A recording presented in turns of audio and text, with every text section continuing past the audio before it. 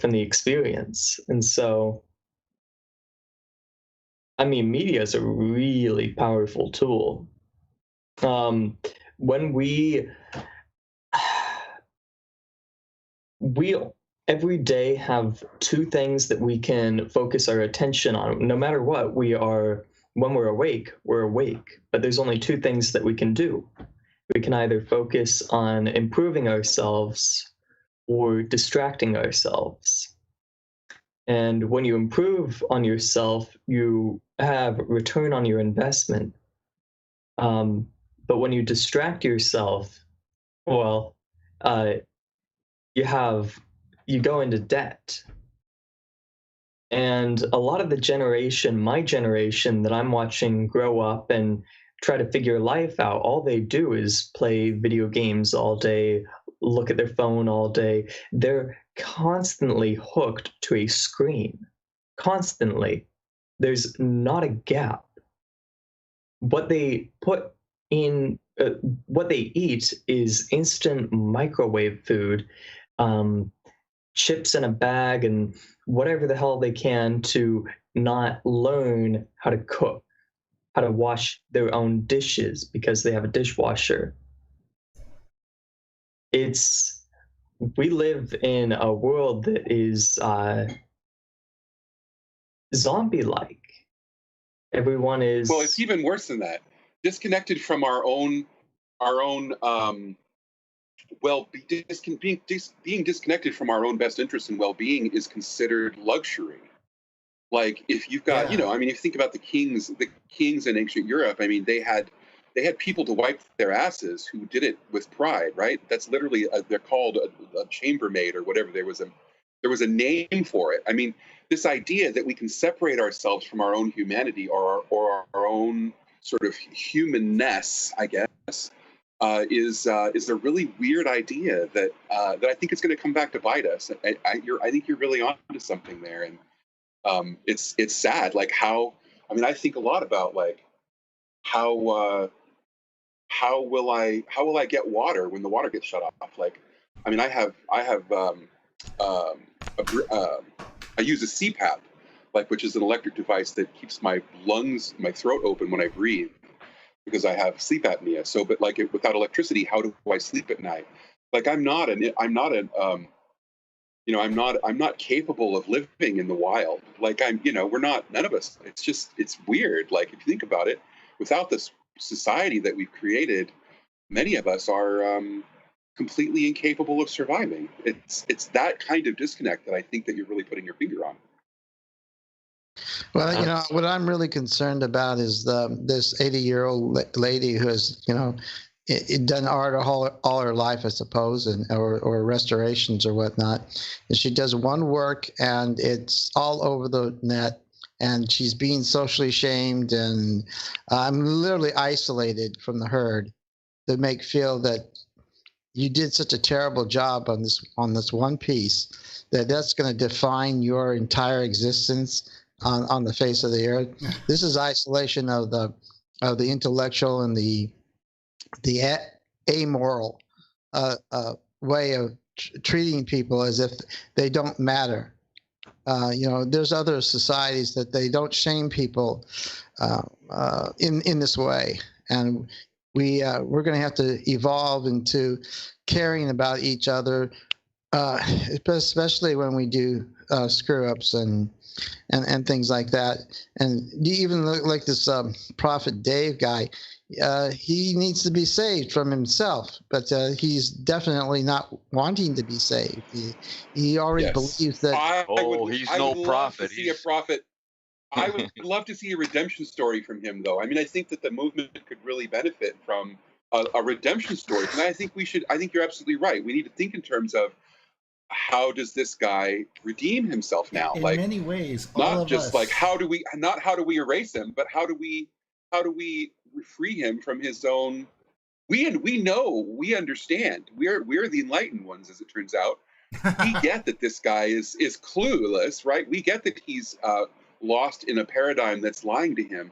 He doesn't get that, so we have the advantage. We have an opportunity to make a lemonade out of this lemon, and I don't know that we will, or even that we can, but I think that we should exist in the spirit of trying. Yeah, exactly. No, and it's not about him. It's a paradigm he's caught in. He's trapped.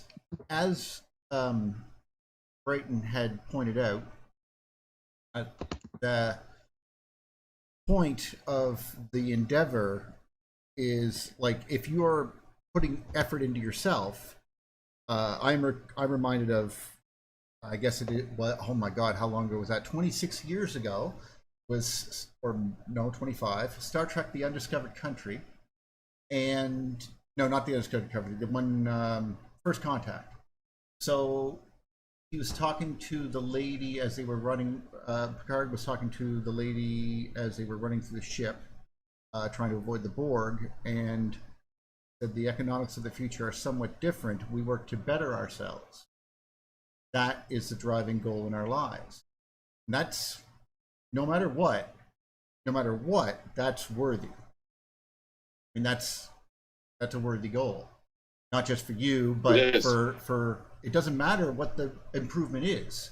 Did you put your socks on your feet and they were both the same color today? Improvement. Working forward, and people encourage that. That was the proper way to think and the proper way to be in that particular. Now, it's, of course, that's a utopian culture, and we don't have any exact situations about anything, and it's ridiculous. It's just show. But the point is that being able to see that there is a way forward. Now, the reason I brought this up, and it was good that you guys were talking about this, because it would basically be, and I'm going to mute you there, would be that the situation that we're seeing out in the world now is like, we don't know how to determine the truth. And in my we were talking the other night, and I was saying I wanted to work on Feynman, like starting with Feynman, starting with the basics, and I'll just show you that. Start with a guess, and then you compute the calculations. That's what basically he's writing on the board here. So you test. If it compares with reality, it is generally considered to be right. And as he goes forward, he even explains that you can never be right, though. You can only not be wrong, because there could always be a better theory that would explain it better in the future. And that's how it's supposed to go. That's how science is supposed to work. So in that sense, then, there's also the idea that you must win the fight. So this is the debate that I'm seeing also between gentlemen online over this. It's not a fight you can win that way. You can't just go, we have won. The courts have decided you are dumb and I am smart. And I got a little sticker from society to indicate that I am indeed smart. That is not how things work. You don't vote, you don't do anything like that. You have to actually test. And it doesn't matter what you think. Okay, if you and it's okay if you guess a lot and you get it wrong. You're still improving. You see what I mean? And that is okay. And the fact that we can come to a conclusion about something and then not change our mind in the future just because so many of our beliefs are predicated on it around the world is, let's just say, disingenuous at best, but wholly and completely wrong at worst. And that is why I wanted to talk about this, because you can't win the fight. You must explore and learn what is the truth. And it has nothing to do with what I'm saying or what any of us are saying. You have open mind. You have the ability to put forward a hypothesis. And I'm not saying let's go play all the weird conspiracy games. What I meant is that there are certain things you can and can't prove, and there's certain things that you can and can't know. Stick with that. everything else is data. You can have a lot of data, but things that put into perspective, that tell your mind and tell your eyes what they're seeing, is the paradigm. I mean, it's as simple as we talked earlier about saying something along these lines. Even though you could think of it, what could a few charged particles do as they are raining down on a surface? They talk about the ion rains on some planets. Now, the trouble is that electricity isn't just the movement of ions. Electricity, the electric field, is caused by the movement of these ions, not that it is it. So, and electricity follows circuits. There'll be loops, there'll be twists, that type of thing. Now, all that encompassed together, and it will split, currents will split, but they will always have certain totals that must equate to the main current, and so on and so forth. All of that is not even talked about in astrophysical plasmas, and that alone would mean that their theory has to be questioned. And this is stuff you can test for. And this is how we move forward. And that's why I thought it was important. So please, I open the floor to you. What do you? Sorry for saying they're open minds there, Neil, but that's what we have to do. We have to open their minds with the data. We have to show them that the data can be interpreted multiple ways, and this way of interpreting the data is correct. Well, it has the benefit of not being wrong yet. Yes, I don't think you quite get it yet, Rick. I think the truth is that we can't ever just say we know the answers. So there's a theory. Yeah, there's your a ego practice in feels art good, that I think applies here. If your ego feels good about it, you can't just say, say, "Oh, by the way, we know." I concede to that. I concede to that, Duffy, and that's why I say always have an open mind, always leave room for doubt, and yes, even maybe in the future, if the world accepts the EU theory, that may become obsolete when we delve down into the quantum even further find out. Exactly. I mean, so like I'm not mindless of that. I'm just saying for right now, this is the best we have. Period. End of story. Well, it's a current group of.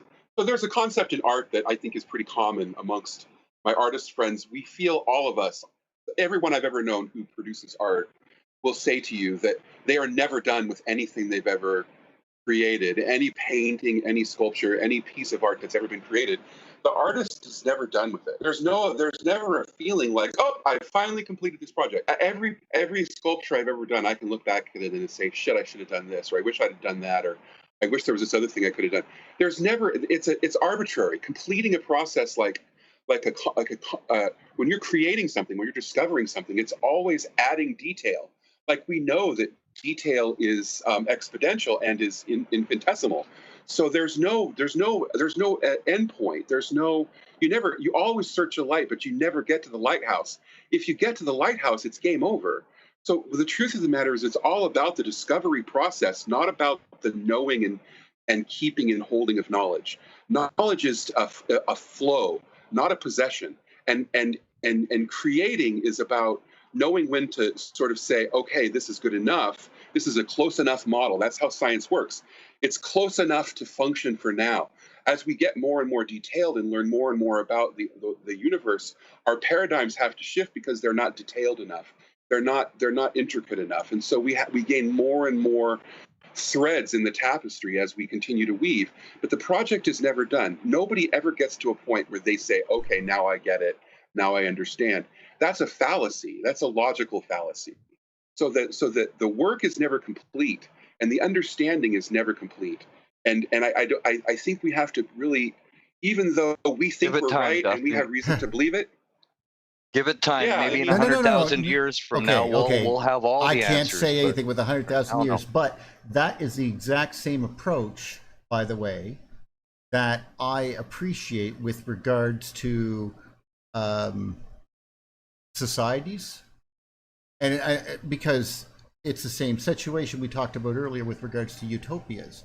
You can't ever reach utopianism, all you can do is attempt to get closer to it.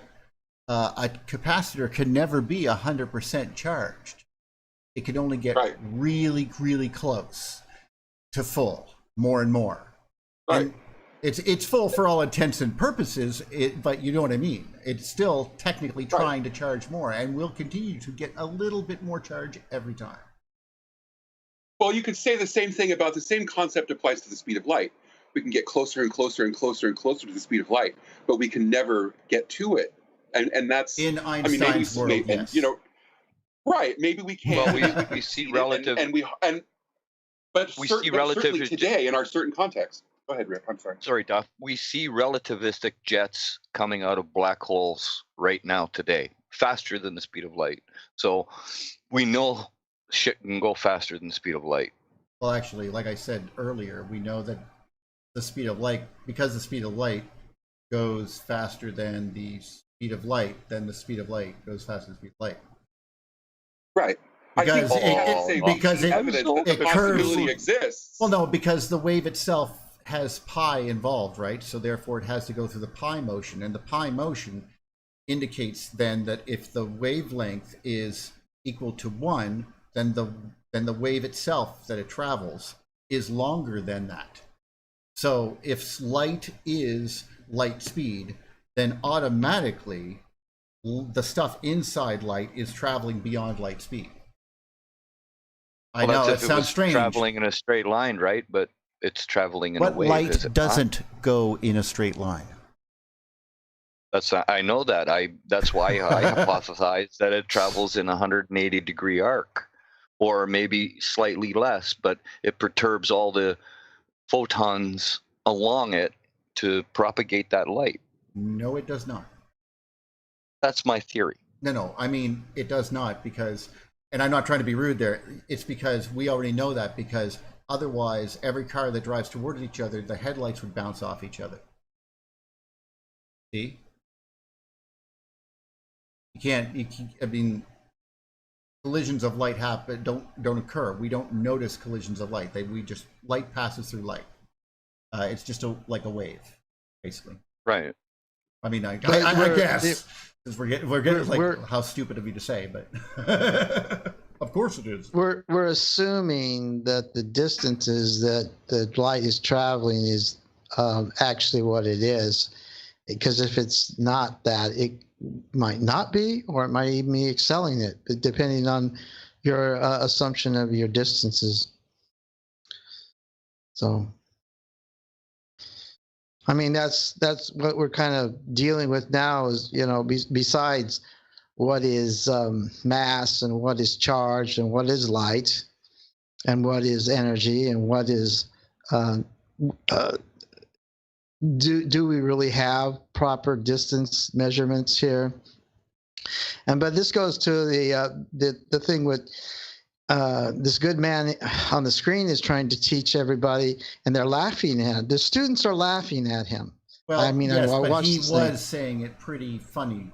Like, I mean, it sticks to your brain because it sounds so simple. Because it is. Yeah.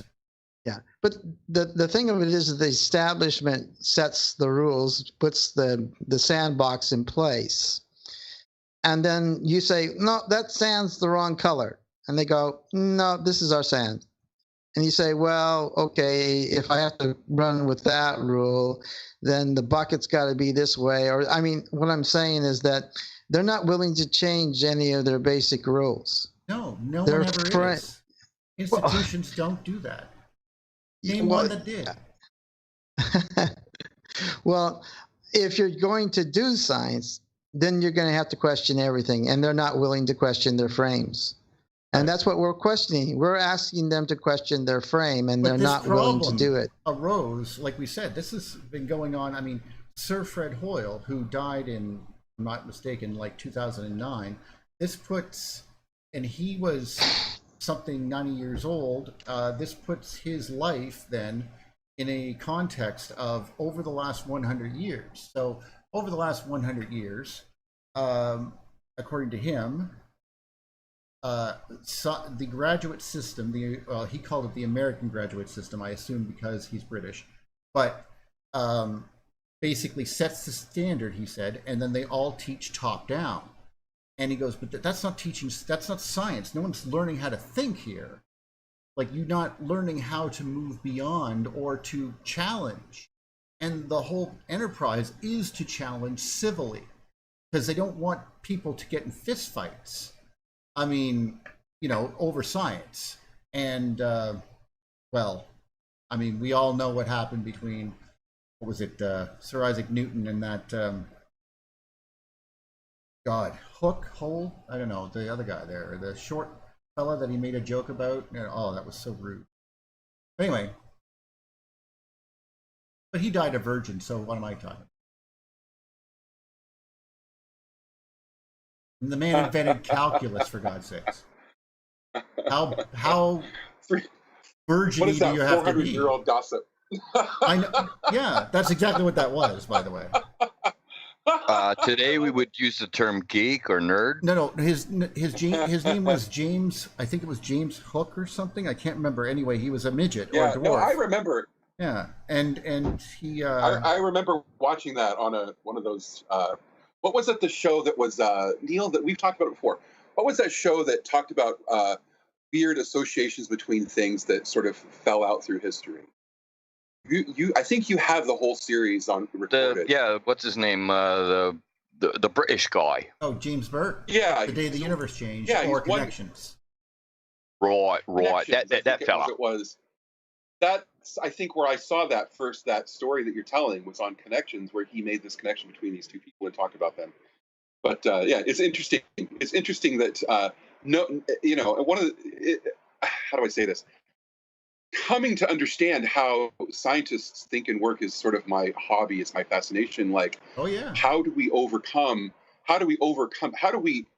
take advantage of our brilliance and not lose it? Like, it seems so easy for us to just. Right now in my head, all that I'm doing is the flames on the side of my head, just blowing flames at me, saying, "You must yell at what was the Eddington? Eddington is your evil. Like, that's the worst guy that ever." Because I know it's not true, but he's the guy that took gravity and radiation, because they discovered radium, took the two together, made a list of possible connections between these events, and basically wrote the internal constitution of the stars. And from that alone, all of everything continued.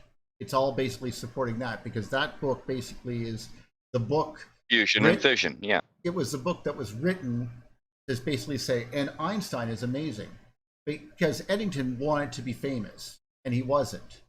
He was too old to come up with something new, but he was senior at the time. So basically, he wanted to become someone important again. So he latched on to Einstein, and that is exactly what happened. And in 1926, we have been using that work in that book since 1920. So it's been 100 years, 94 anyway. And we haven't basically changed that opinion since. Seriously.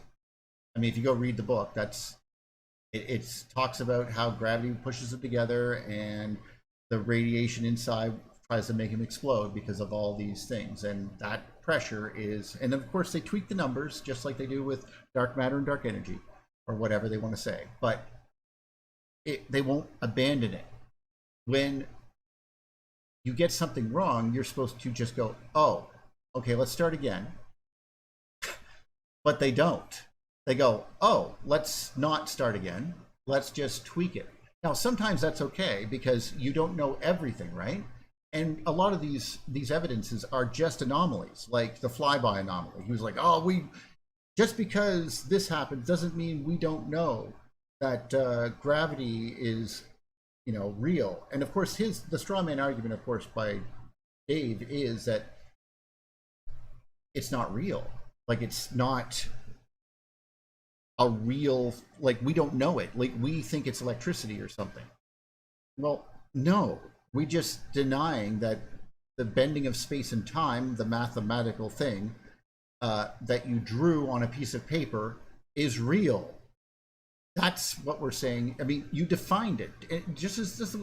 All you did was put a curve and a graph to something that Newton already did long ago. And basically, you didn't answer the question, which is what causes gravity. You just said that's what caused gravity. You didn't perform any tests or anything. There was no one went around and goes, "Ah, indeed, that is what causes gravity." I mean, we understood that the force of gravity cannot be shielded. That doesn't mean you understand it. If we understood gravity, we would understand gravity the same way we understand electricity. And if we understand inertia, we would understand the same way we understand electricity, which means we can do whatever we want with it. I mean, within certain limitations. Speaking of which, I want to explain to you both that I was just sitting the other day, and my mind was effectively blown as I began to I realized what magnetic fields were and what caused them in physical materials. And because of my own words, when I said it doesn't flow, I realized that the electric field that is inside of the atomic structure of the magnet, the permanent magnet, doesn't flow either. It is the way it is moving in its own arrangement of what it would be called holes and positive and negative charges, basically, that are strung along in a certain way that makes it appear to be spiraling. With the electric field would be spiraling, but it's not really. It creates a gradient inside of it, which we use as a magnetic field, but it's held there by the atomic structures being linked together, not by the actual force of current that is going through the wire. Anyway, I just thought I'd spill that out to you because it was really bothering me that I didn't have anyone to tell that to when I came to the conclusion. Anyway, what do you think of? I was just curious as to what you thought of somebody else who suggested that the current actually travels on the outside of the wire. The electric field travels on the outside of the wire. No, he was saying the current was. He says the current was itself. Who? I forget his name. I can't remember his name either, but someone was mentioning to me that electric current moves along the outside of the copper, the outside edge of the copper, and there's the inside, particularly around a coil. I think between the wire, the copper wires themselves. That's what he was saying. There are 3 different things that you're talking about, and let me just go right through them real quick. Like a battery, a direct current, the electrons are traveling through the piece of metal. It doesn't matter at all. It won't, but the field is on the outside of the wire. The electric field travels on the outside of the wire.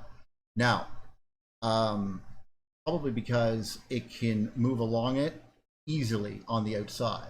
That's just the way that it likely does. Now, likely because since we're moving negative charges along the wire, then the positive must go to the middle. We've talked about this before. But the positives can't move because they're locked in place. They're literally pieces of metal locked in a crystalline structure. So they can't move. So on the outside would be the electrons because they're pushed further away. But in actuality, they can move liberally. Now, that said, in alternating current, there's something called the skin effect. And the skin effect is when you have a frequency that's high enough, the current tends to travel on the outside of the wire, like closer to the surface, but not the field itself is still the actual EMF field is along the outside of the wire, but the actual electrons are moving more closer to the surface of the wire. And that has to be taken into consideration when you're moving massive amounts of electricity from Upper Quebec to New York City or whatever.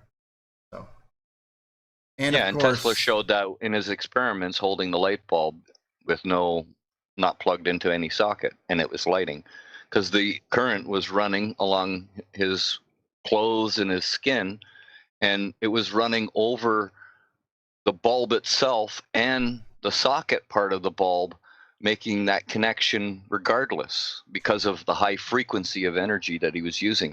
Not 60 hertz, he bumped it up into the millions, I think it was. Well, I can't attest to that. I will attest to, however, and let you know that there are several famous photographs of Tesla that are composites. They did know how to do that back in the 1920s and stuff. But it was reported in the newspapers that's. I have no doubt that he's done this. I have no doubt. I've seen that same gentleman, James Burke. It was one of his presentations, and he was holding he was basically walking away from what's it called? A Tesla coil. And what they had done with the Tesla coils, they set up resonances so that it basically had a standing wave. Now, I know that sounds crazy, but it's not impossible to do that. But it only lit up the bulb when he put it in the ground at certain places. It wouldn't light up at other places. So basically, it was a peak and trough situation. Yes, and of course, it had a range. But I was just. But there is a YouTube video out there of two fellas that did this experiment, and they lit up a bulb. It looks pretty good to me that they weren't wired with any wires or anything like that. So take that at face value. But I've seen it. I've seen these guys do that experiment, the Tesla experiment. If the metal is liquidated in a superheated state, so not as a crystal, then would the electric field be able to travel inside the metal instead of just outside of it? Basically, it has been shown in a plasma, which is the ultimate expression of what you're talking about. Yes. Basically, the positive materials tend to be heavier and therefore tend to go to the middle part because they don't move as much. So the positive core tends to be there going along a tube, and the outer core will be the electrons, which can move faster. And obviously the same thing applies with, obviously, let's say lava, for example. The problem is that although even lava could generate a magnetic field depending on how much current's going across it, it can't permanently magnetize until it cools, because it requires a crystalline lattice to do that. Fascinating. That's why you see people who go, like they're using an induction coil to make metal hover, like.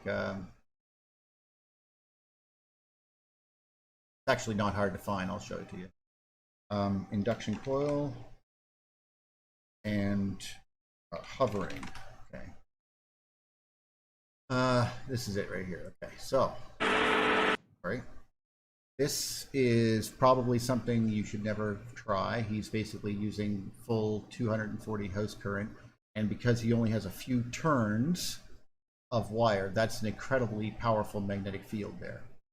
And so the metal is in it, and it's not falling because it's being suspended because of the magnetism that's going around, and it's alternating. The trouble is that at a certain point, it begins to glow,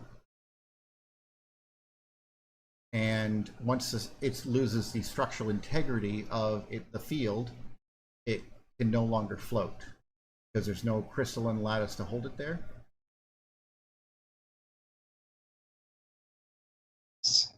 Wait for it.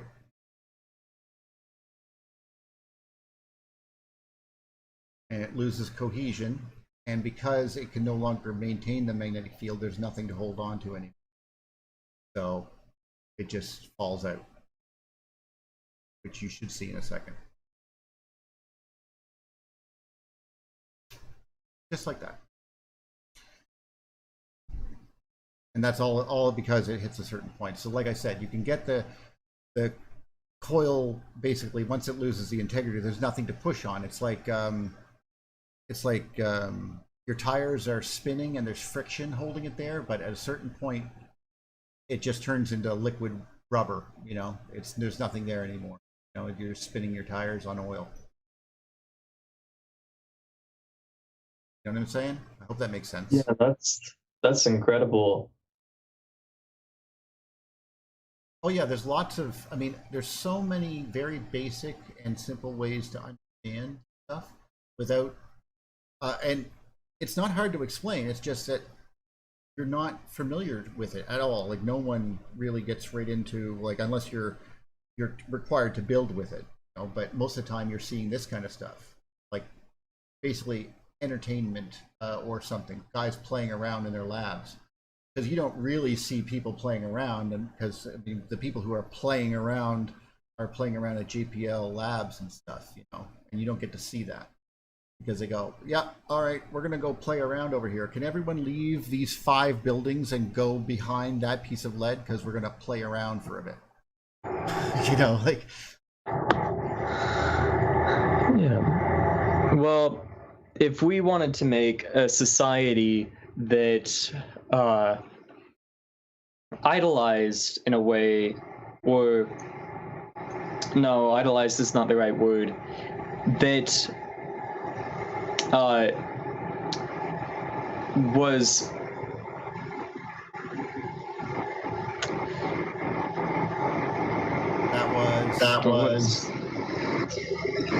supportive of having a large percentage of humanity doing garage science and doing their own science and figuring out stuff and generating and creating stuff. Is there a model that we could create for the education system, the wealth system, other systems like this that would support invention?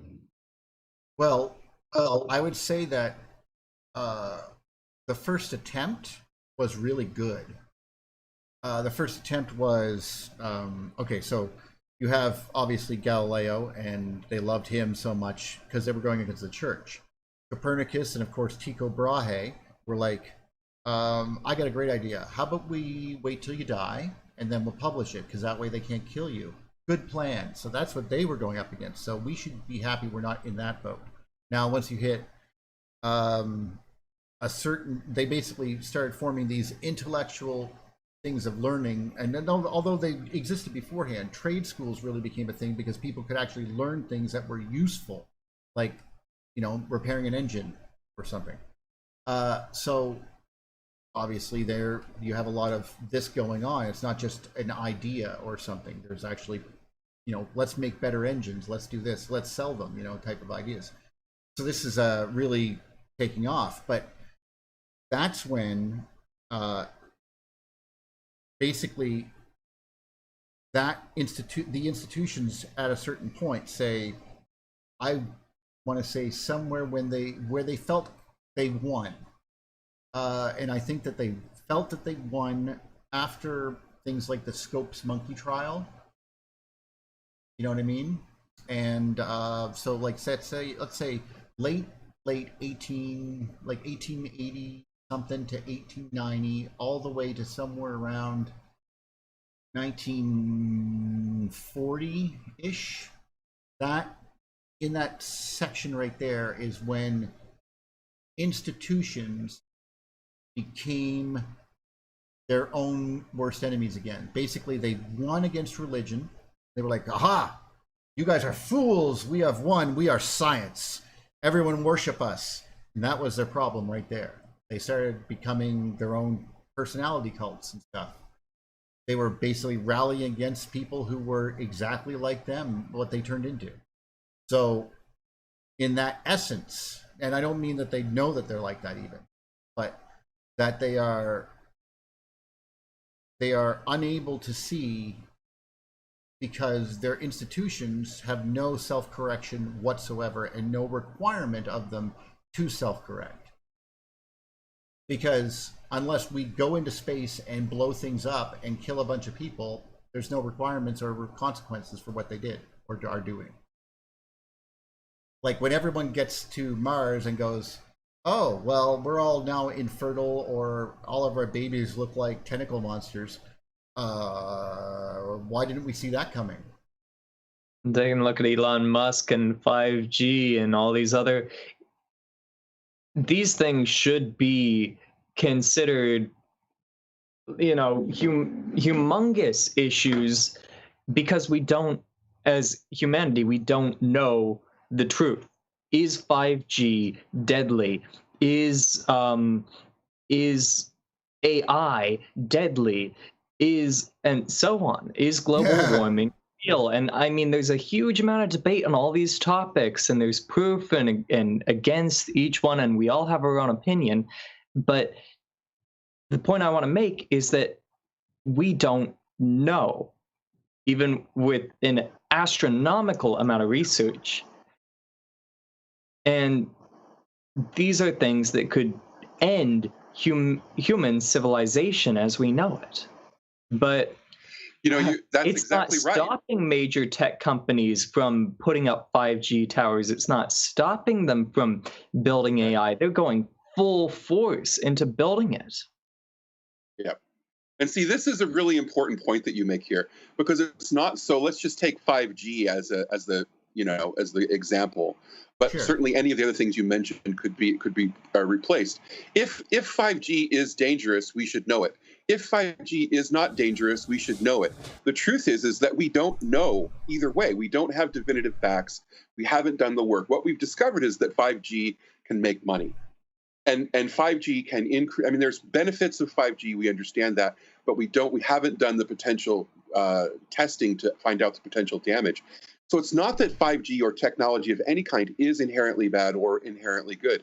It's that we aren't judging the world properly. We're not asking the right questions. We're trying to find out, does this increase technology? Does this increase profit? Not does this decrease health, and does this decrease welfare? So that's the issue. It's not that these things are bad or good. It's that they, like you say, they're not properly tested based on what's best for humanity. They're properly tested based on what's best for corporations. Well, I feel that humanity is also being raised to, in the school systems and in the way that we're being educated, to be cattle. Because what you have to do, I went to a school out in Australia, and I'll tell you, it was a lot different out there. It was a lot more free. Coming to a school in America, it's a prison. I felt very scared, actually, because I'm not going to lie. When I was in Albuquerque, I said, yeah, I went down into the Walgreens just across from the prison. And they were like, what prison? I go, the prison that's right down there. And he goes, that's a school. I was like, what? Like, I mean, there was barbed wire on the top and fucking stuff. And I was like, what are you talking about? This is a school? Like, this is where you keep kids to learn.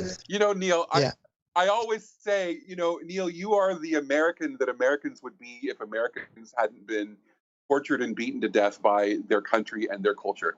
Like, I love that you're so horrified by how terrible things are in this country. Well, no. I'm terrified. There's bad shit that happens here. I mean, we have our own problems. So. It reminds me how it's important that we have that observation, because otherwise we just get used to this shit, right? So it's crucial that you be able to say, wow, this is not normal, that schools should look like prisons. Like, because the truth of the matter is that everyone around you just had already accepted that as the reality of that's how schools look. Yeah. Right. And so your willingness to step up and say, that's not how schools should look, that's so crucial. It's so important, and I don't know. I think it's funny. Like, anyway, go ahead. No, I'm just saying you're right. Yeah, there's a complacency, and I don't really like that. But again, there's, I don't like to be chastising, because obviously things can be, we have our own problems up here. But at the same time, there was something that struck me as odd, is when I was arguing with somebody and they thought, like, and I didn't understand this at all. Okay. I was sitting there arguing for human rights or something. I'm not sure exactly the debate, the question topic, but what had occurred is that they were, when I had said, well, blah, blah, blah is a violation. It goes, no, we are the people that came up with it. We are the blah, blah, blah, blah, blah, blah. And I was like, blah, blah, blah, what? Like, and there was this understanding, or the way that it seemed that they seemed to understand that the American somehow way of life, or whatever, or rights, was the foundation of all the human rights stuff. You know, like that all of that came from them. And I was like, no, you didn't sign any of that stuff. Like, there's 169 other countries that signed it. You guys didn't sign that. And it's like, what? Like, I had to, I was like, I don't want to be insulting. Here's the, you know, go ahead, you know, examine yourself, you know, like, take a peek. You know, and there's a good history there that people don't realize what we went through, what the Nuremberg Code was, what the failure of the League of Nations meant. And then, of course, because that arrogance of the League of Nations turned into what it turned into there. And then we couldn't let that happen again because, let's be honest, they were, I mean, when you look down and saw, oh, okay, well, Russia can kill everything on the planet. Okay, we're scared. We're scared now of Russia now. Because they, you know, and that, of course, that fear, of course, sells, you know, and then the industrial Cold War was off and running, and you know, everyone was doing well in the empire world because there was all this money on defense and stuff like that. But that's a temporary, you can't spend forever. And eventually, you know, you go to Afghanistan and lose your empire, apparently. That's how that works. I don't know how else that goes down. I don't, did Rome get to Afghanistan? I don't know. They tried, just as Alexander the Great, and both. That's the everybody fails. Well, we should have called him Alexander the So-So. That was a joke. Okay, I know. I'm just being awesome today. Switch to dark mode in Skype. I'm laughing on mute. Oh. Laughing on mute as usual. Yeah, that's. I'm sorry, Tess. I'm still trying to search for that video of these guys about 100 yards away from the Tesla coil lighting a light. So I'm still searching. Oh, okay. Well, I'll give it a shot too. I'm actually having fun trying to find that. So.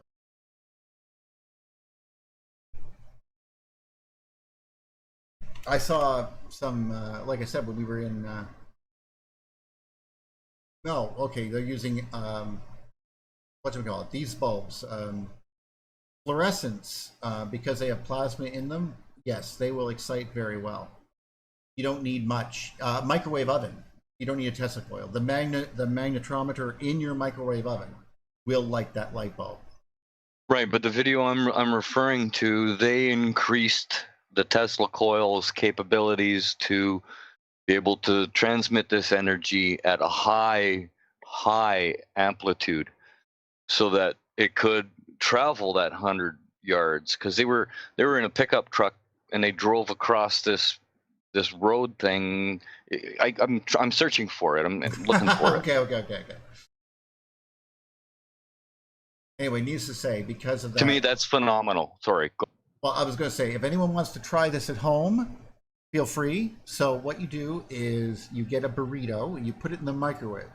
Then you get a bulb, just like one of these cool little fluorescent thingies, and go up to your microwave oven and put it beside it.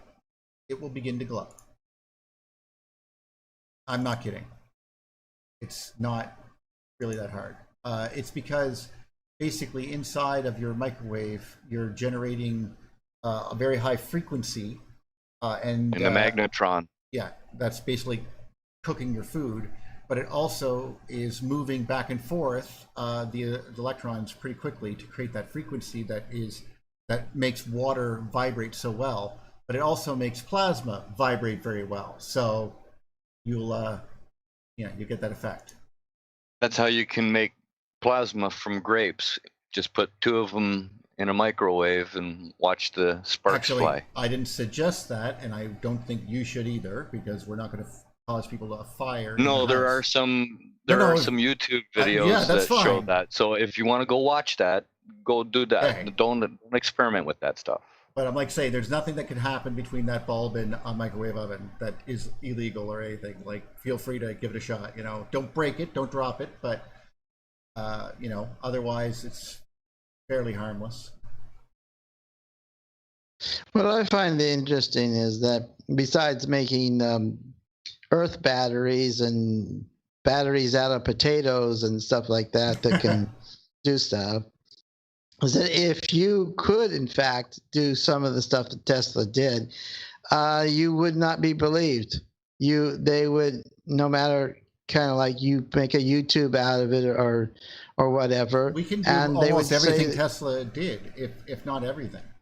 Well, but I mean, not in the way that they're thinking, that changing the way that they would have to change their theories.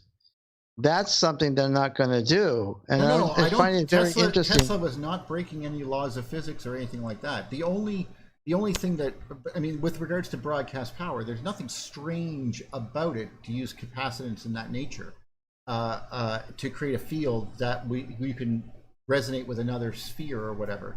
Now that's, although admittedly, most of the time that we're doing, we're just using magnetic induction type of effects, like to charge your telephone on a pad or whatever. That was a thing for a while.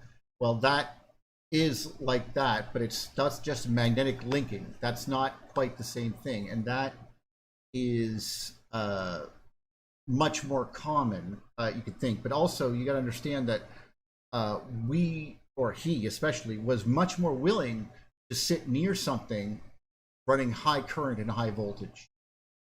And today, we don't do that. Like, it's unsafe, extremely unsafe. Like this, I mean, for example, we were talking about 5G, and someone said, well, what if it's the frequency of microwaves, like that cook your food? And I was thinking, well, yeah, but so the microwave oven in your house is giving off that stuff at much more power. We're talking, it's 1,000 watts coming out of that thing. You know, it's not small at all. But the 5G materials will be probably 1.5 or 2 watts at max. So they're very dim light bulbs compared to something that's high voltage and high amplitude. And it's because it just takes one. I mean, if you accidentally touch a hot stove, it will take time for the heat to transfer to your hand and therefore burn you, and you'll burn your hand. But if you touch something that's high voltage, the electricity will instantly course through you and you'll be dead. And that is just not something that playing around with that. I mean, people who build that stuff, but even turning it on is, some of the stuff you're going, it's going to work because you've done the numbers right, but there's still that, pit of your stomach feeling, especially when you're, it has to work in an emergency, like that type of feeling, and then you have to test it. Anyway, I wasn't trying to bash anyone. I was just, trying to. I'm simply saying that if some kid, say 13-year-old kid, he comes up with some system that doesn't look real, but it lights up the bulb. Mm-hmm. You can't get anybody to pay any attention to him, especially the establishment, that would say that if that was true, it would have to change their theories, and they wouldn't. The resistance of the bureaucracy would not allow them to take him seriously. No matter how. That is, by the way, what you're talking about is the exact situation that made education so good in the 1800s, because you could do something with it. Today, I think a perfect example, and some people may debate me on the principles here, but Coral Castle and the machines that were described by Ed Lietskin were examples of that. They were basically using mechanical switches, but they were using electric current, and they would tap certain things as the levers moved in and out to change the polarity and get things moving. And he was using this technology with just basically a row of basic car batteries, lead acid batteries, and he was getting that to do work for him, which might seem ridiculous today because you would never do that. You have much better equipment to do that with, to control it and whatever. But back then, there's no such thing as a BJT. Well, then how do you do a switch? Well, you make a physical switch, and that's where we get the idea of the, motors that were, we had brushes on them and stuff, DC motors. But then AC motors came out, and you were like, no, we can do the same thing, but we can use magnetic coupling to get everything back through. And that's, that changed things. But this is what I mean, where that was something that you could do. Basically, the guy was a wizard in a way. Where if you're talking to someone who's educated in 1800s electronics, like this is just pre-Tesla stuff, or electrics, sorry, electric engineering or electromagnetism, and you can build this yourself. You just need a few magnets, a pivot wheel from an axle from a truck, and a few other things, and I could basically make a motor with just that, pieces of metal and a few other things, that will let's say every second, it will yank a chain and move something half an inch. And that might not seem like much, but dunk, dunk, dunk, and keep going up, and it will pull something right up a hill. And that's kind of what he was doing with these powers, this knowledge. And that's what I meant when I say that if this stuff could be done, and barring some really awesome military applications that would want to keep it hidden, which I have seen a few things granted here and there with regards to electronics, but most of it has to do with a technology aspect, not a fundamental nature of reality. Although I will have to say that I have not explored all topics like this. Like, for example, there are some things that Eric Dollard has made me want to question more and go into it a bit more, and others I look at it and go, no, I know what you're doing wrong here. So I see that, but you know what I mean? But this is what I mean by, if you actually can do it, it's worth something. And if we could do some of this stuff, we would. It's obvious, in my opinion, because I mean, wouldn't that be something you'd want to do if you could make free power, with stuff like that? I'm not trying to say that it's not. Don't get me wrong. I mean, there are things that I don't know. So. Well, I mean, and he was the guy who was saying that the current was going through between the copper coils wires.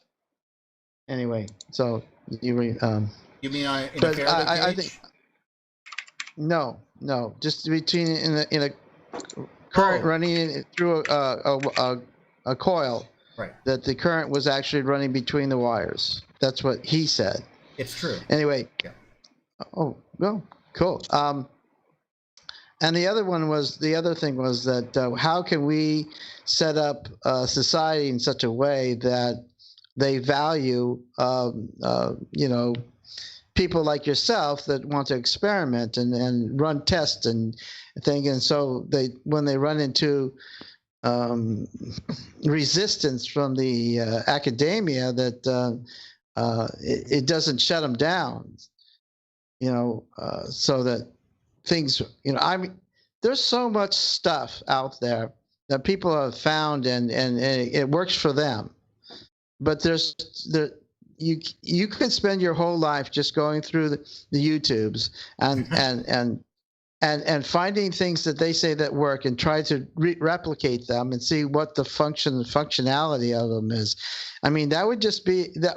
It's like a department in NASA or something like that, just to do that.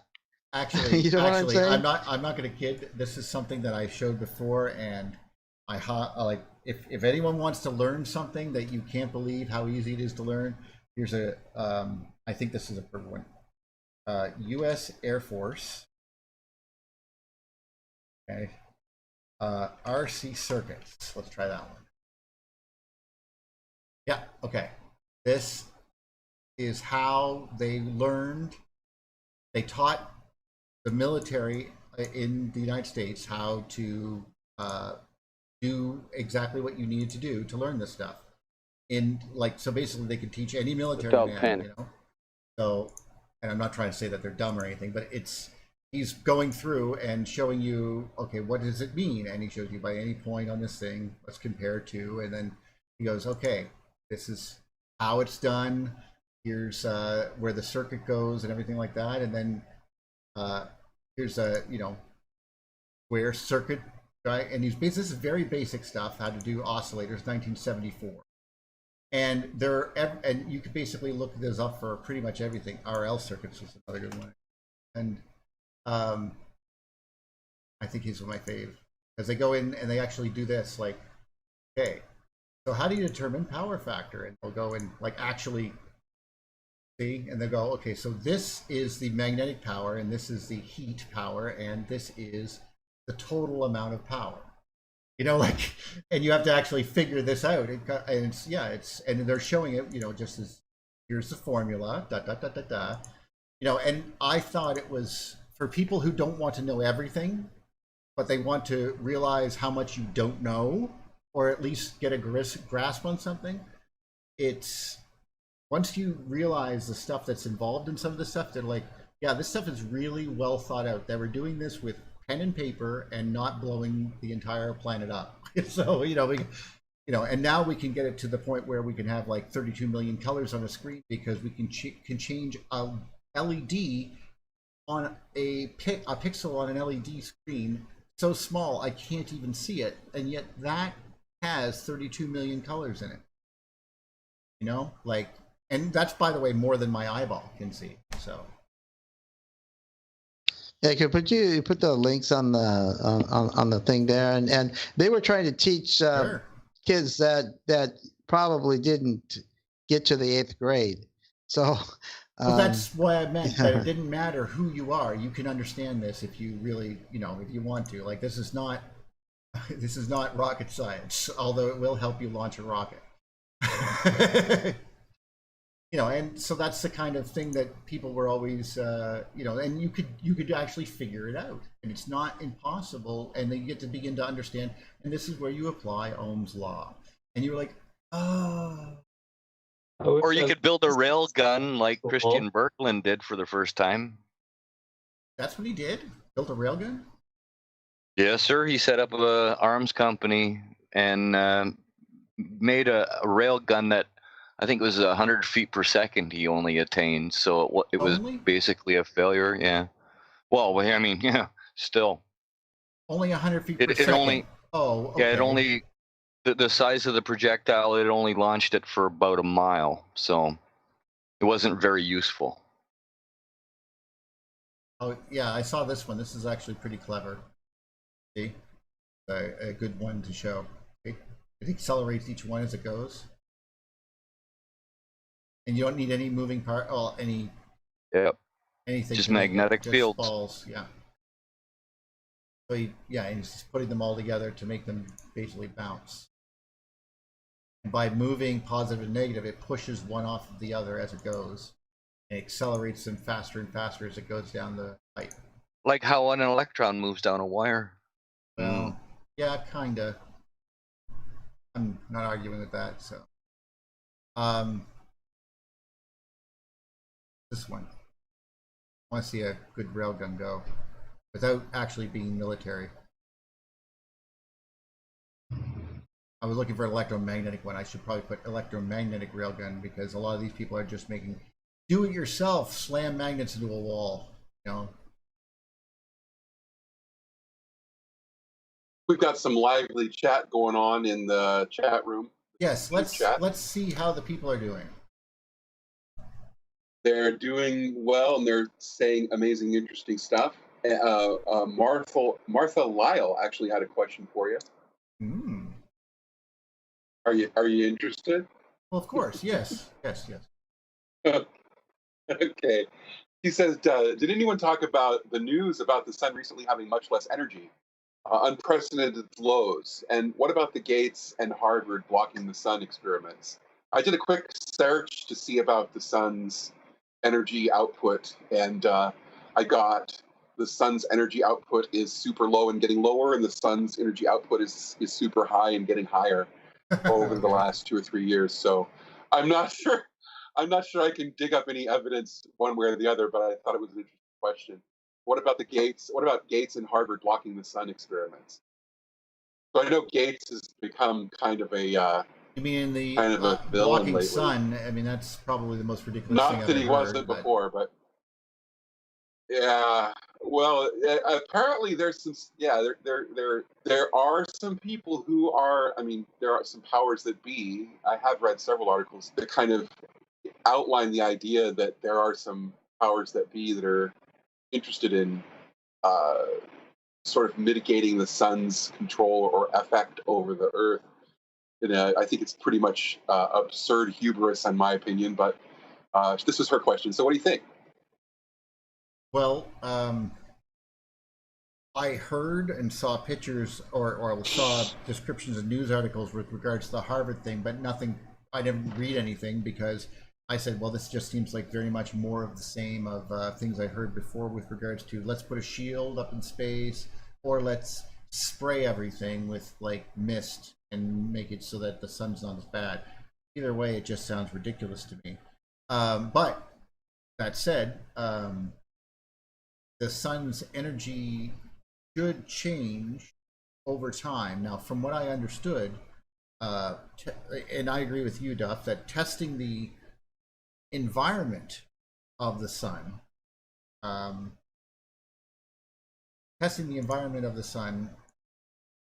is, or the environment of the Earth as basically being what we're doing. We're basically checking the environment inside the stove and seeing how it affects how hot the stove gets.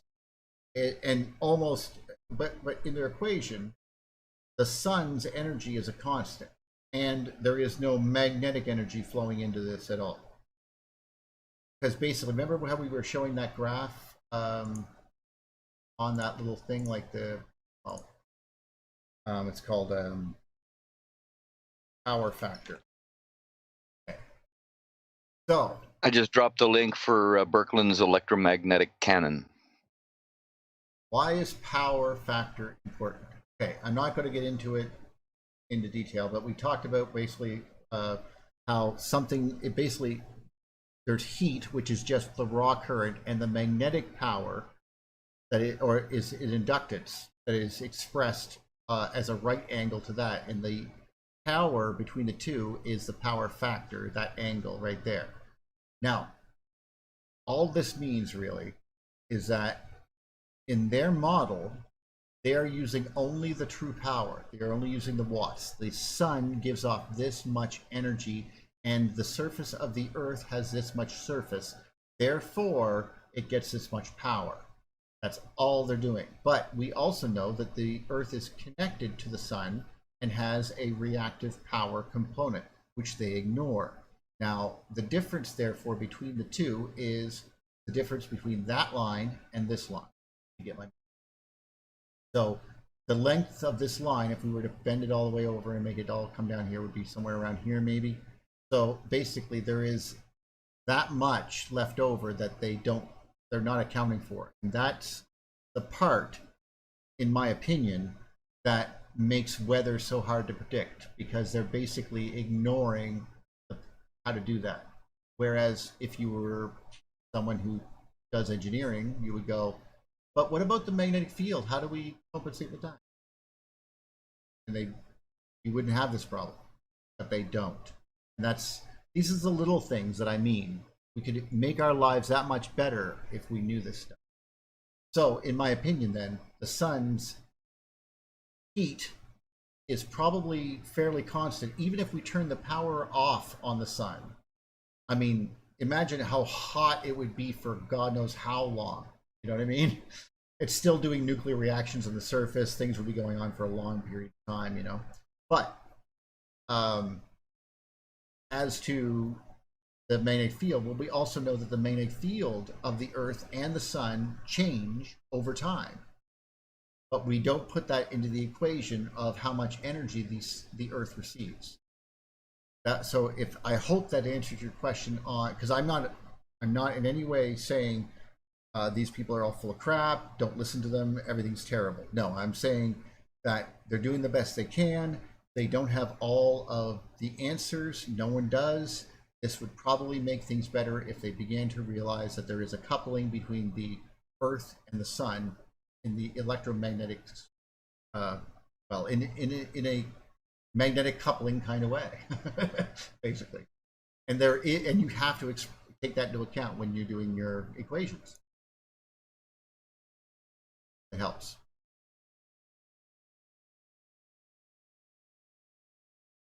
Thank you, Neil. You're very welcome.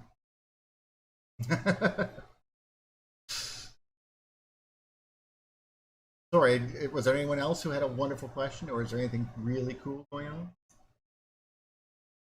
Well, we're talking about the sun a lot and grand solar minimum, and it worries people, and it has the cool sun names. could be off. Yeah. And obviously there's talk of like, we've got 11 years left on the planet and we're not going to have a grand solar minimum this time around. And a lot of this stuff comes from Ben Davidson's work. And so it's a little bit end of worldish, which I'm not saying the end isn't coming. I'm just saying Ben Davidson is not a definitive source per se in my mind. But, that's doesn't mean he's always wrong. It just means he brings a lot of energy and information to people. So, yeah. Yeah, and so these are topics that we can certainly discuss. I mean, what is the evidence that we have 11 years left on the planet before we push the restart button?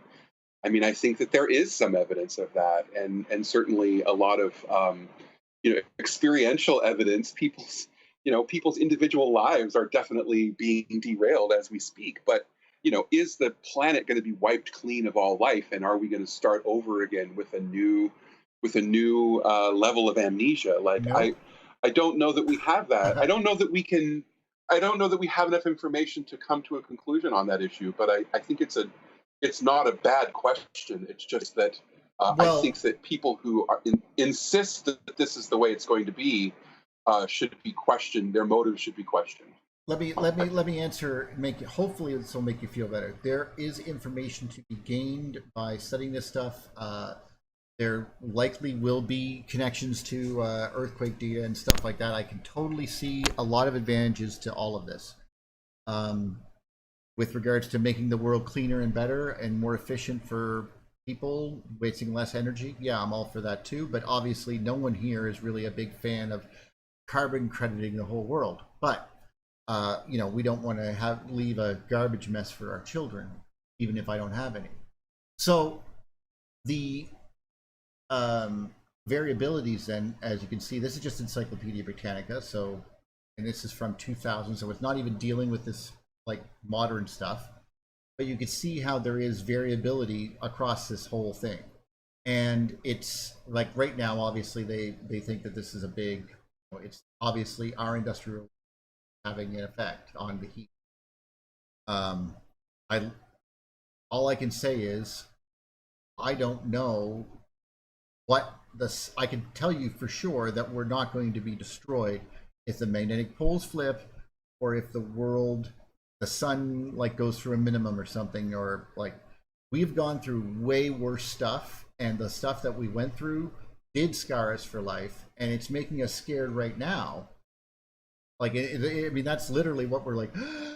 Is it something really bad going? Like, that's the feeling. That's that Chicken Little feeling being called up from all of the past screams of everyone who had to go through that stuff, literally screaming at you, just like a cat looking at a cucumber. All of his ancestors Our genetic memory. are saying that's a snake. Run like hell. Well, when something like this happens, is something bad going on with the sun? Oh, okay, we're all going to die.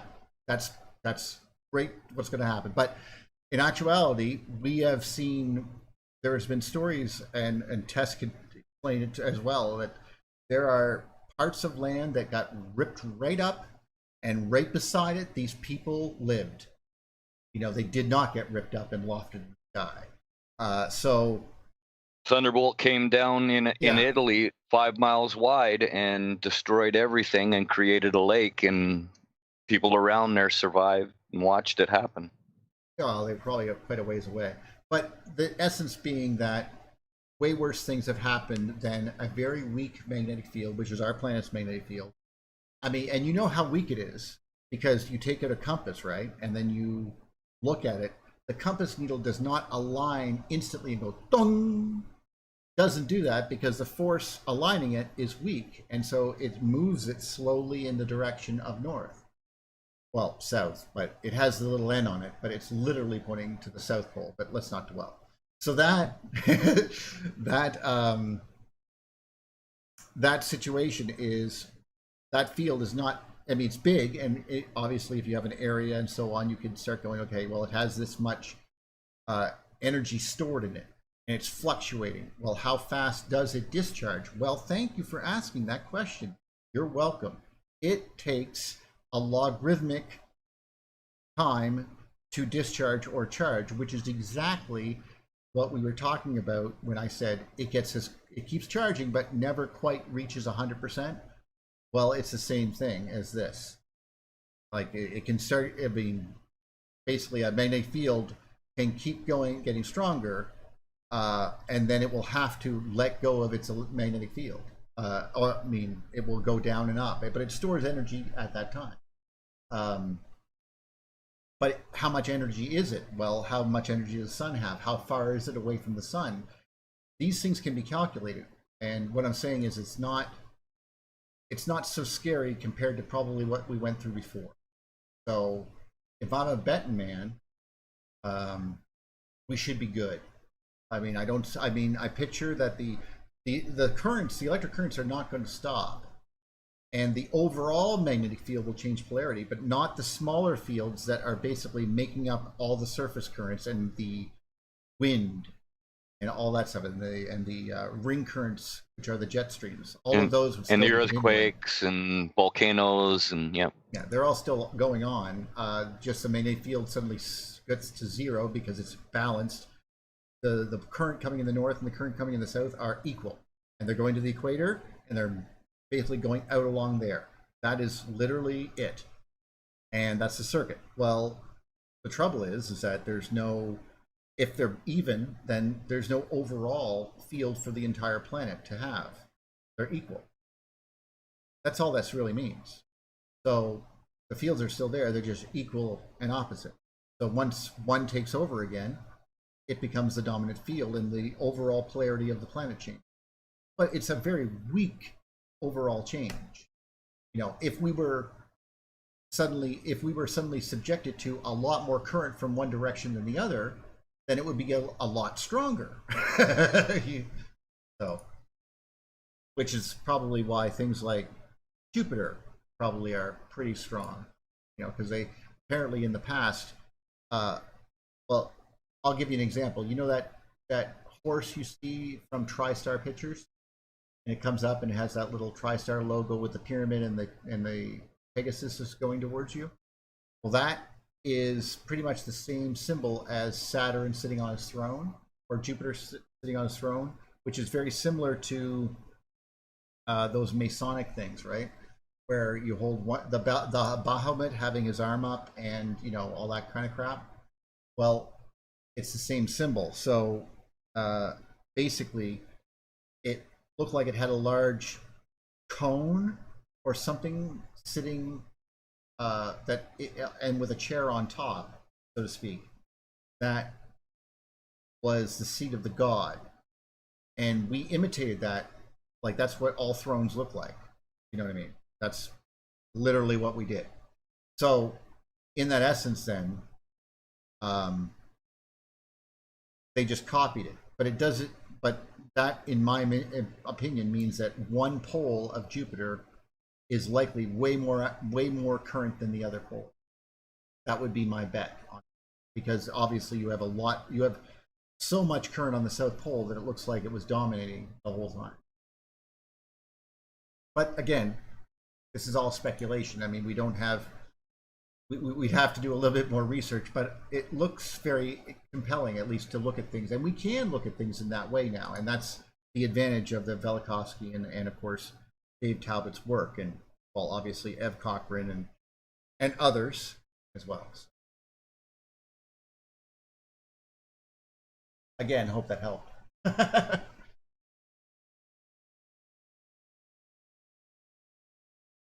No? Didn't help? It does help. Yes, just being quiet. I'm really enjoying the there it is. lively conversation in the chat as well. Oh yeah, tell me more. Now you have to put up a picture of the ancient Greek, the ancient Egyptian and Sumerian winged god. Well, hold on. So here's the match that. Here's the TriStar right here. Okay, so you see this little black logo here. It says TriStar Pictures. Okay, just sort of keep that general image in your mind, and then we go to Bahamut, and see what I mean? It's very similar. Right. Yeah, and the wings were spread apart as well at one point, right? But it's probably like see that how that hand is risen at the back and one is down. This is not unlike, and this could be wrong, but remember those the lizard god with the acorn or whatever, you know, and they were trying to say, well, that hand is still down and the other one is still back like the other one, but it said this time it was in the front, like, you know, how it was at a different position. But this perspective, perspective exactly. on the globe, or time. I don't know for sure. Yeah, or a change of time. It may have moved from back to the front, and anyway,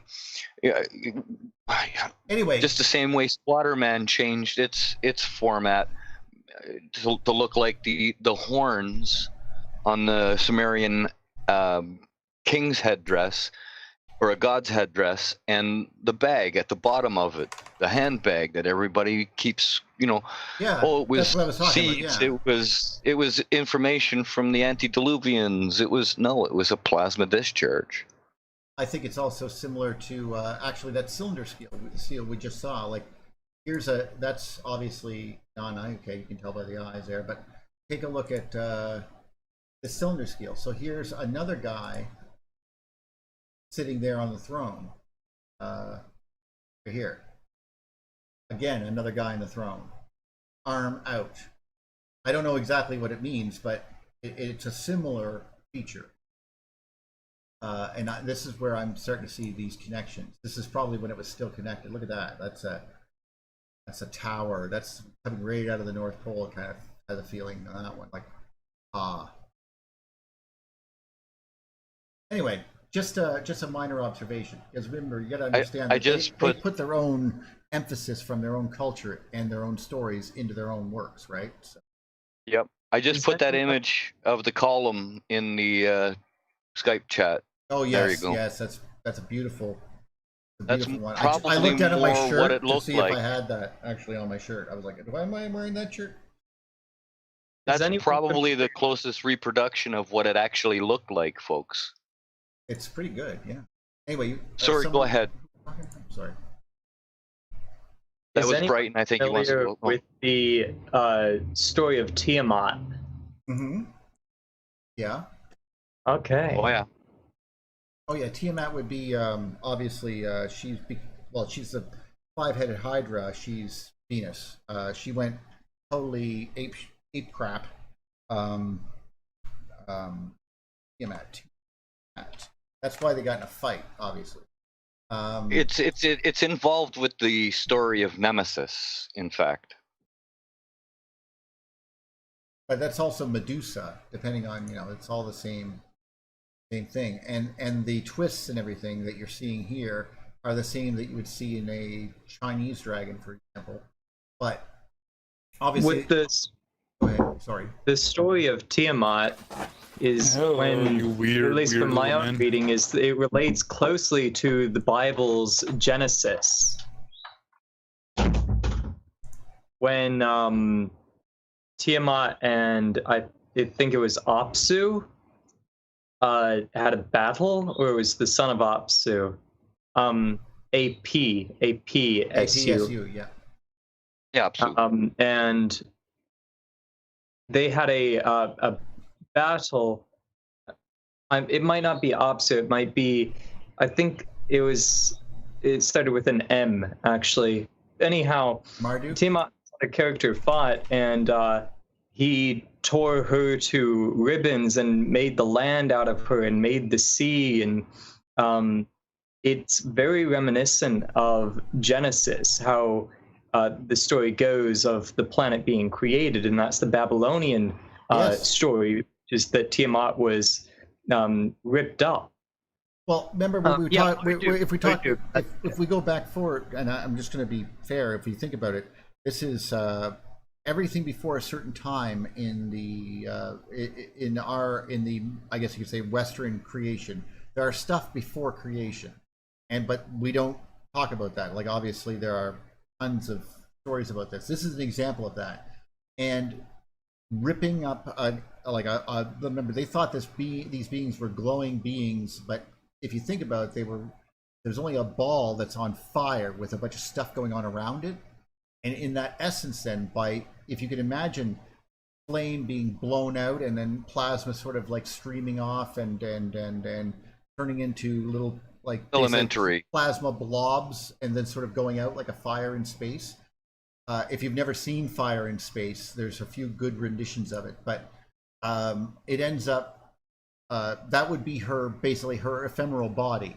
And yes, it would, because it happened so near to us, it would look like it would light up the sky and everything like that. Our aurora would be going like nuts. So yeah, it makes perfect sense from that story. Please continue though. I didn't want to stop you from. Well, this is old research that I was doing. It was like 2 years ago. So I'm very iffy on the details, but Marduk tore apart Tiamat and created the land out of her body, and it related to the Bible's Genesis story, where it even went on to have after that story, it goes into Zenzu Bar, which was the Babylonian god, a Babylonian mythology of a demigod or human, that basically identical story to Noah and the Ark, going across the ocean and starting up. The point that I'll get in a little bit into that story. So, yes, this I might be saying it incorrect. Again, it's been a while since I've looked into this, but the Zensufar character, there was a Enlil, and Leal came to him and told him that Epsu, geez, I'm so unfamiliar. I wish I could just pull this right off the top of my head, but take your time. Take your time. There was going to be a flood, Okay. And then the flood came, and he had animals in a giant boat that he took across the water, and there was a giant rainbow as a symbol, and and then you translate, and he put the god Gilgamesh to sleep. Yes, the tale of Gilgamesh. And so in relation to Noah, Noah's name actually means no ark, translates to put to sleep. And rainbow is also Noah's symbol.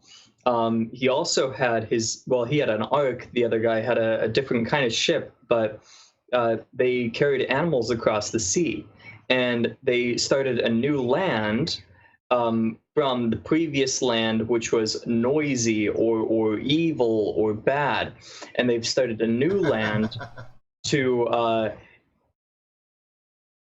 start all over Sumerian tale. That's the Sumerian tale of those people leaving from Arata, crossing a great sea. And if you look at some of the more recent images of Pangaea, you will see a great big expanse of water between where the Ukraine is on the coast, or pretty damn close to the coast, to Turkey, and then crossing some mountain ranges in Turkey to then settle.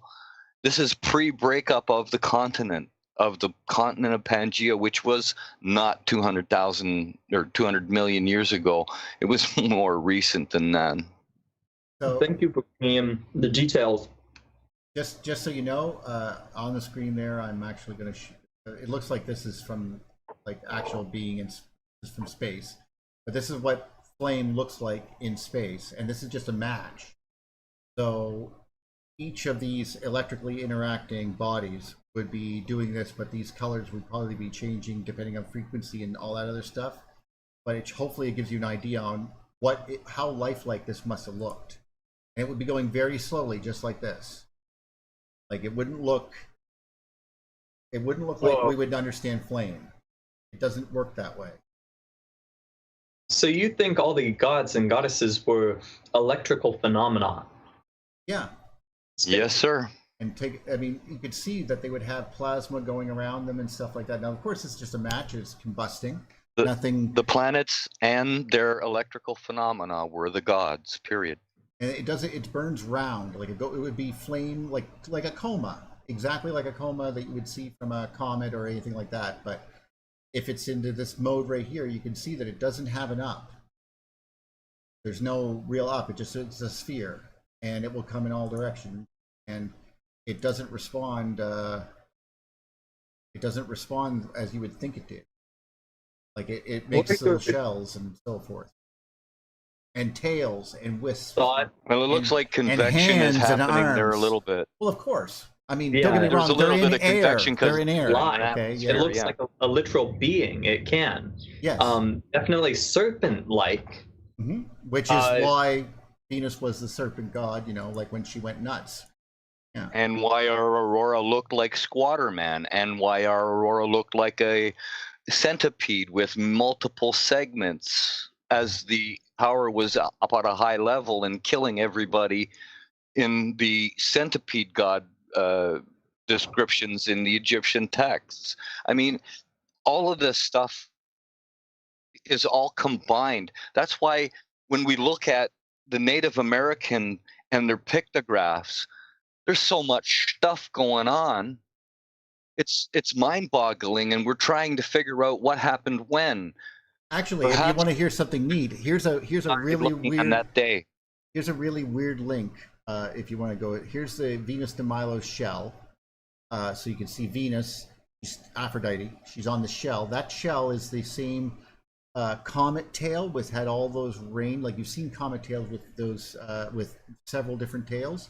That's why it was there, and that was before she was arcing, so it looked beautiful and heavenly, and that's why her hair is flowing like this, just like the fire was. Now this is Venus. Okay, she was according to mythology, she's the young goddess. But if you also look, she was also known as in some cultures as a peacock, and it becomes obvious why as soon as you see it, because that's what she looked like. She was a peacock. She had the same exact structure. I posted Thunderbolt's picture. Exact same structure. That's exactly what it looked like. And when it went and arced, the perfect renditions, in my opinion, of arcing Venus, where she went to like Kali, or was trying to eat the world, like the demoness or whatever. In those instances, I would say the best rendition would be just like, here's a perfect example, I think, that would really sets it true. There. And the North American Indian headdress is a recreation of that. Here you go. They're going to do this right here. Now, this is probably what it looked like when it went nuts. It was in an Ouroboros state, so it was eating its own tail. That's when it started going crazy. And notice it's following all the crazy stuff that it did as it went arcing. And that's what they're trying to depict. And notice, by the way, that the lizard, the fire, is chasing the red ball. The red ball is always in its mouth. That's actually Venus. The entire dragon, the entire dragon is only fire. It's just plasma. But the actual sphere that he's waving at the front of that is the actual planet itself. Yeah, everything else is just an ephemeral living plasma. This is why the stationary dot is in the red dot is in the middle of your forehead when you're enlightened, but you move around it. You know, like, and there was a bow shock in front of that planet as well, and that's depicted on the ground in North America and other parts of the world, like what was it? as the cosmic snake with Egg and trying to stuff. eat the egg. Yeah. Well, I must ask if there is still a conception that psychedelics may have had a large proponent on mythology. I think In this after they were gone, yes, they were trying to get back to it very, very badly. And in fact, I think that it helped them greatly. It turned a lot of cultures from fear-based into, well, a much more wholesome way of living. They had shamans. They were trying to better themselves or to learn about the spirits, even though they had no ability to do that. They didn't know science, but they were trying to be hopeful, as opposed to the sky is falling, the sky is falling. You know what's really good, guys? I don't like the fact that the sky is falling. I think we should take a lesson from the gods and kill everyone over there. What do you say? That sounds good to me. Okay. And that's what they would do. They would, like, you know, they would try to imitate the gods are going to war. We have to go to war too. And I know it sounds ridiculous, but they weren't completely thinking with a full deck, and they thought these things were alive. So, you know, and who would doubt them? One of the key things that we have to see about so we certainly want to study science and exciting sort of ideas on the cutting edge of science, but we always have to take it back to who we are and how we process information as people and as cultures. And I think one of the things that, I mean, it's just those two ideas are inextricable. We have to think of them as aspects of each other. And one of the things we have to understand about human nature is the idea of cargo cults is a really important concept. Yes. We see things. That's exactly what you should think about. We are in awe of them. About religion as a cargo cult. We are in awe of things that we don't understand. We are in awe of things that we don't understand, and we try to recreate them to the best of our ability. We do the fucking same thing today with science. We try to recreate science in our garages. That's what makes us seekers, you know. So these ideas that we're taking the best of what we understand and trying our best to make sense of it. The concept of the cargo cult was that they were recreating airplanes without the technology to understand what airplanes look like, and landing strips without an understanding of the purpose of landing strips, because they associated these things with people who brought them food. Like, the military was bringing these indigenous people's food and dropping them in packages and for them, and that was a powerful experience in their culture. And they created lore around it to make sense of it, to create a function within the context of their culture. And then an entire political system and everything else, and kings and queens and heraldry. But that unfolds over time. Yeah. Whereas, you know, Grandpa used to think that the airplanes in the sky were real. We now know that those airplanes were never real. But we've taken the concepts and we've turned them into personifications that we can now understand conceptually. And then you have the great grandchild that says, these personifications are powerful tools that can be used to dominate our oppressors. Then you have another generation that says, you know, power is really what it's all about, and there's no such thing as personification. So it's a natural progression of how one culture passes on information to another culture, and you take the essentialist ideas from that and you apply them to the new paradigm, and they become either functional or not functional in the new paradigm. The Bible is an amazing compilation of ancient texts, and you know, they put a lot of, there was a whole group of people and Jewish scholars that were involved with writing the New Testament, and they brought all of the Jewish kind of ideas into the New Testament. So there's an enormous amount of ancient truths that have been reinterpreted in the New Testament. But the New Testament was created to unify people that were inherently opposed to each other. Yes. The Jews were studiers and were learners, and the Greeks were builders and idealists. The Greeks worshipped the human body and the physics of the golden ratio and the idea of this sort of science that we can create with our hands and we can produce these things. Well, the Jews saw these sculptures of Zeus and stuff that were sent to their town squares as idols. They were not to be worshipped. So the the powers that be said, oh, we have to change the way, if we're going to unify our culture and bring the Jews into the current culture, we're going to have to change our strategy. We're going to have to write things down, because the Jews worship books. The Jews worship information. And so it was a completely revolutionary idea. The Bible, the New Testament, was designed to unify people.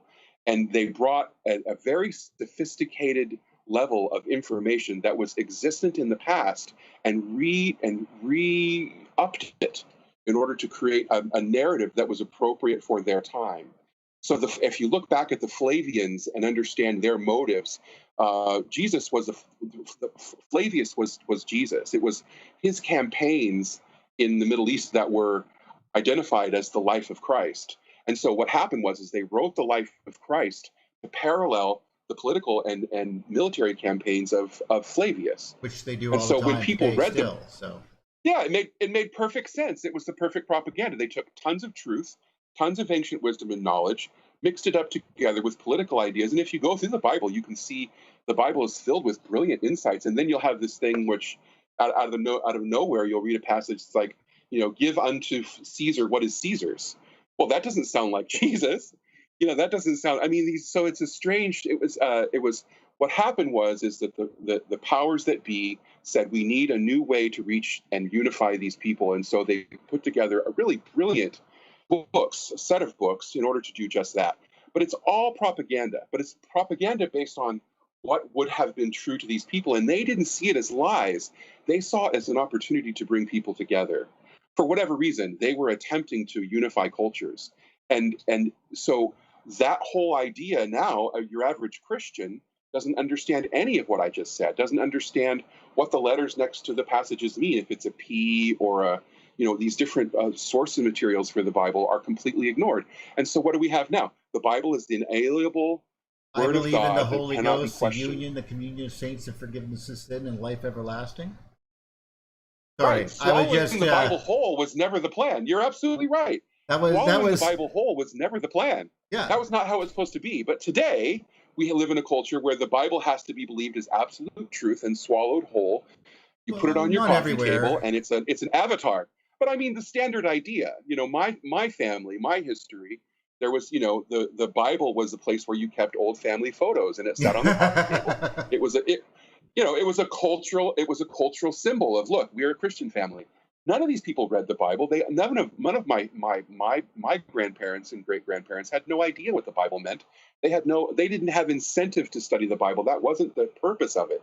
You were just supposed to believe it. And that is a long, long, long, long, long, long way from the original writings of the Bible, 150 years BC. They had a completely different plan, a completely different perspective, and completely different motives. So when early cultures saw things in the sky, they tried to explain them. They tried to explain them by personifying them. They personified them, and those personifications became powerful in and of themselves and were ultimately used as tools by ruling factions that existed years and years and years and generations later. So so we have to go back and look at the original intent, and then the manipulation and the obfuscation and the stealing of these ideas for political purposes that we see today. That if you go back and you look and you take a step-by-step approach, you can see how you go from, oh my God, there's an inexplicable thing happening in the sky, whether it be an airplane or a comet or a lightning bolt, and then you have a culture which tries desperately to understand and defend and protect itself from this perceived threat in the sky.